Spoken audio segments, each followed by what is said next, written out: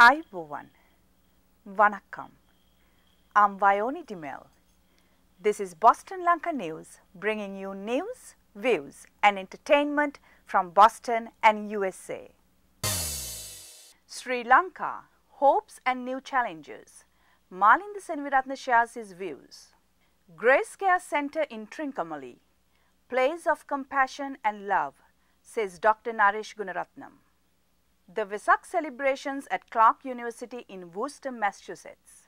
The Sri Lankan government lifted parts of the country's tough emergency laws last week. They include lifting curbs on meetings and distributing certain literature. The government says rebel remnants must be contained, but opponents say it wants to suppress opposition and the media. According to Prime Minister D.M. Jayaratne, Sri Lanka plans to set up a reconciliation commission to foster ethnic unity as the island emerges from nearly 4 decades of bloody conflict. We spoke to Malinda Senviratne, prominent journalist in Sri Lanka, to find out his views, especially about the way forward for the new government. Malinda, in your view, what are the major challenges the government is facing in their second term? Development, getting things on the table, reducing economic disparities, creating jobs, reducing unemployment, bringing inflation controllable, controlling inflation and so on. That is the main challenge. People say, it's now time for the president to be magnanimous. We don't elect presidents to be charitable. Then we don't elect presidents or governments to, fulfill someone else's, the loser's mandate or manifesto. That is silly, I think. This does not mean, however, that the president should not, look at the strength that he has and say, okay, let's forget the minorities. They do have grievances. If he wants to be a statesman instead of a politician, he has to recognize, as we recognize, that the issues of the minorities are our issues as well. We can't have peace if certain segment of the population feel aggrieved or shortchanged. But those grievances, aspirations should be examined and the true dimensions of obtained in order to resolve. You can't resolve myths and legends and fantasies. I think that is irresponsible. Thank you, Malinda. In 2001, a California attorney named Eric Parkinson was given a tour of Sri Lanka's impoverished, war-torn northeast. Eager to help the suffering people, Parkinson was asked to start an orphanage, a home for needy children, and a home for senior citizens. A place that could also offer vocational training, medical care, and most of all, a sense of hope against uncertain future. That was the beginning of the story of grace.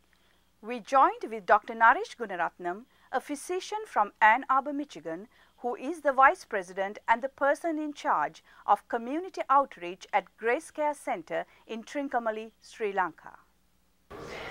What led your organization to build the Grace Care Center, children's home and elder care facility in Trincomalee, Sri Lanka? Yep. As the war was going on, there was great need for children's homes. There were a lot of children who had no place to go. They were either in IDP camps or were wandering the streets. So the need for an orphanage was great. So in 2002, our focus was to try to focus on girls because we felt they were at greatest risk during a war. They're at risk just because of the war, and then they're also at risk because they're girls. They're at risk for being exploited. So we built this home in 2002, and initially it was a home for 100 girls.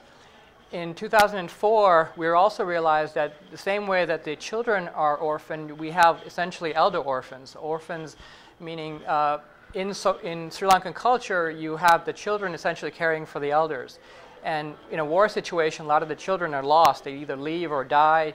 And so that social structure and social fabric is broken. So we had a lot of elders that had no place to go. For instance, at Trincomalee Hospital, a lot of elders, when they were discharged from the hospital, were given mats, literally mats, to sleep on the grounds of the hospital.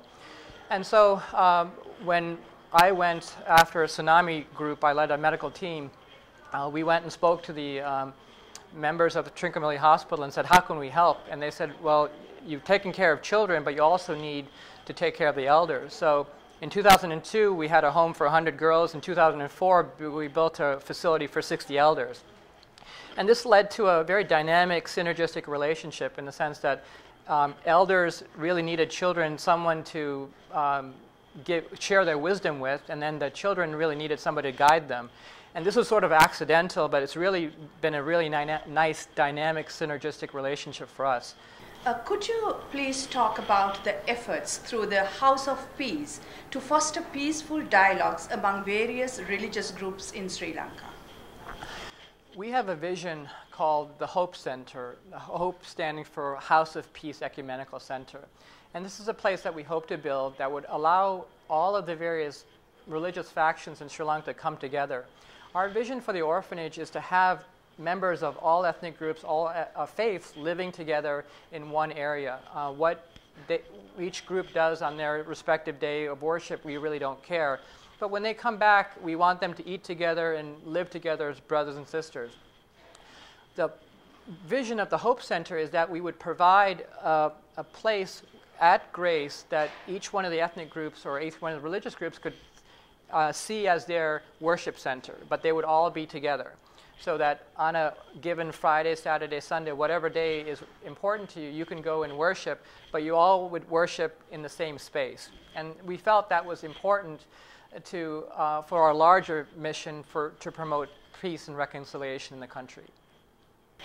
If you get a chance to sit with President Mahinda Rajapaksa for 5 minutes, and if he asked your views on what additional steps that need to be taken to support the IDPs in their resettlement process, what would you say?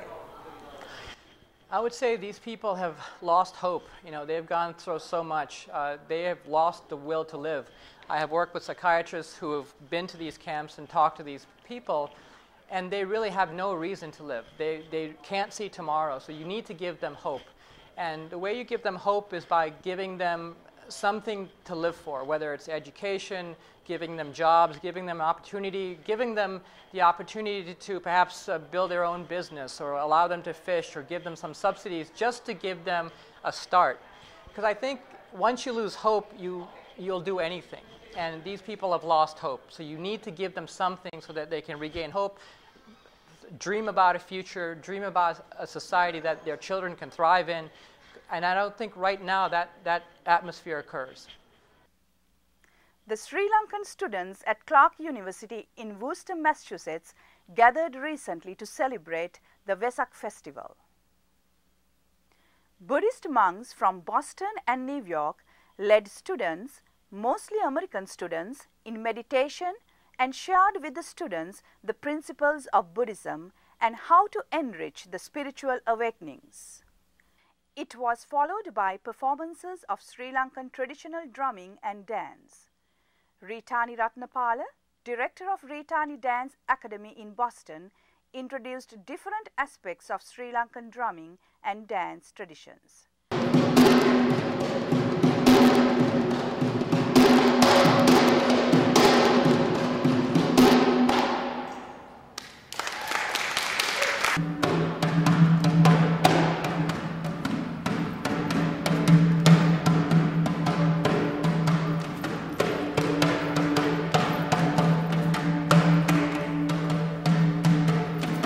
So this is actually our second annual Vesak celebration at Clark.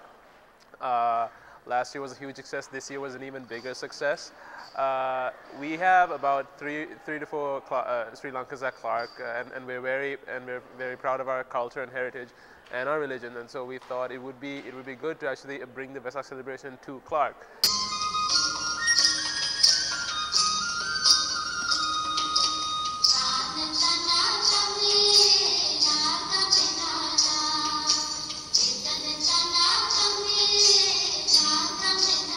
That concludes our news edition this week. We meet you next week with another news edition of news, views and entertainment from Boston and USA. Till then, goodbye.